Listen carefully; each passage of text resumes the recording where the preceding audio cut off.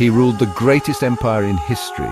He led armies through war, walked through plague, and buried children, yet his greatest battle was with himself.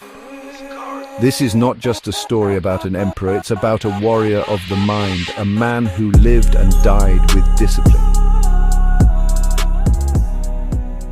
Marcus Aurelius was born in Rome in 121 AD into nobility.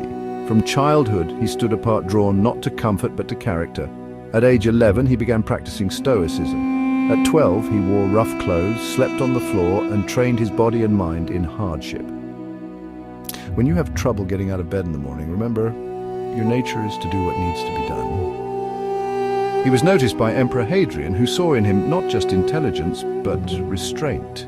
Hadrian arranged for Marcus to be adopted into the imperial line, a path that would shape the fate of Rome. Do not waste what remains of your life in speculating about others. Instead, be concerned with what you are doing now. At 17, Marcus was adopted by Antoninus Pius and groomed to rule. But his education continued not in palace halls, but in the teachings of Epictetus and the reflections of hardship.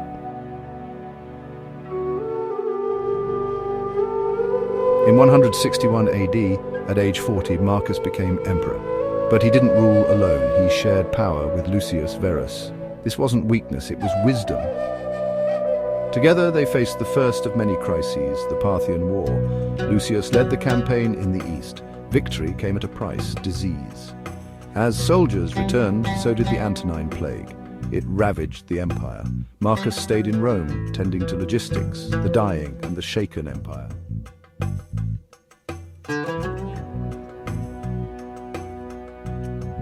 From 166 to 180 AD, Marcus Aurelius waged war on Rome's northern frontier against the Marcomanni, Quadi, and Sarmatians.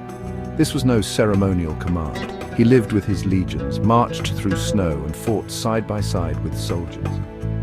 A man must stand erect, not be kept erect by others. His writings, meditations, were penned in military camps near the Danube River. They were never meant for the public. They were personal, a way to stay centered in a world of blood and chaos. You have power over your mind, not outside events. Realize this and you will find strength. In 172, after years of brutal campaigns, Marcus led a legendary battle where a sudden storm saved his troops. The rain was so fierce, Roman soldiers believed it a divine sign. Marcus saw it as the favor of discipline over chance. Accept whatever comes to you woven in the pattern of your destiny, for what could more aptly fit your needs? While waging war, Marcus suffered enormous personal loss. He buried at least 8 of his children. His wife, Faustina, died during a campaign in the east. Despite grief, he never stepped back. He wrote, ruled, fought, and bled for Rome. He raised his son, Commodus, but worried deeply about his character. In time, Marcus would make the most difficult choice of his life, pass the throne to him. Do not act as if you were going to live 10,000 years. Death hangs over you. While you live, while it is in your power, be good. In 180 AD, at the military camp in Vindobona, which is modern-day Vienna, Marcus Aurelius fell ill. He knew the end was near. He called his commanders, gave final orders, and asked to be left alone.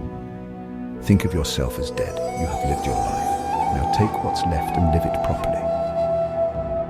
He died not in luxury, but in a soldier's tent surrounded by cold air, old armor, and silence.